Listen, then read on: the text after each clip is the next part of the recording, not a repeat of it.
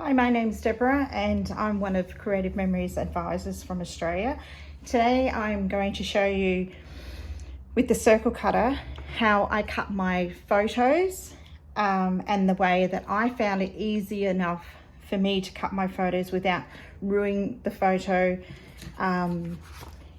Because sometimes, if we misjudge the middle where our center is, or the circle cutter moves, or for whatever reason, that we're not going to chop off an arm or half a head or something like that. So what I found that was easy for me is because that's actually what happened to me. So I made little card templates.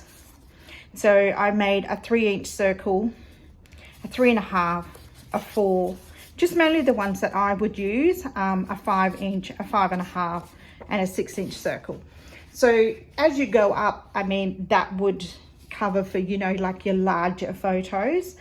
I do have a 6x6 photo here, so if I was to cut that one into the circle, so that I know that I'm not going to cut half the hat off or misjudge where I'm going to put the setting with the circle cutter.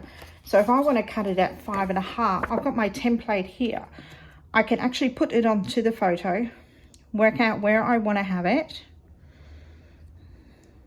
So it's going to cut that little boot off, but that's better than having a head chopped off. So I would place my circle down there like that. Then I would line up my circle cutter at 5.5, which is between those two white lines there. Tighten up the dial. Here, just right in the middle here, that's where my center point is. So that would be for this dial here. So that little knobby thing there, I would place that on there, and I've already got it set at 5.5. I'm not going to cut it today because I don't want to cut this photo. So if I was to cut it, I would then line up my dial and then I would go around and trim the photo. Then when I've finished it, and I know that I haven't miscut the hat or something like that. So that's what I found easy enough for me to do my photos. So you take your 6x4, your normal standard photo that we all have. To saying that, that's more or less, she's in the middle. So if I was to cut that, like saying that normally with the circle cutter, you can cut them with the 4. It's just right on the edge, but it does still give you a little bit of a curve. Or even if you just go a little bit under the 4, you can actually cut that into a 4-inch if you like. If you don't have these, a lot of people would measure and then find their center and then do it that way, and then you can just mark on the photo with your photo pencil, and that is easily to rub off. So today I'm going to show you how I would do a photo. Hopefully all things go well and it doesn't move or anything like that on me. So I'm going to cut this one down at a 3.5. So if put this down, you can see that it's got everything in it, and that's how I want the photo. So I'm going to use my circle cutter. I'm going to line it up at 3.5. There is my center point. So just making sure that everything is lined up, and that's the way I want it.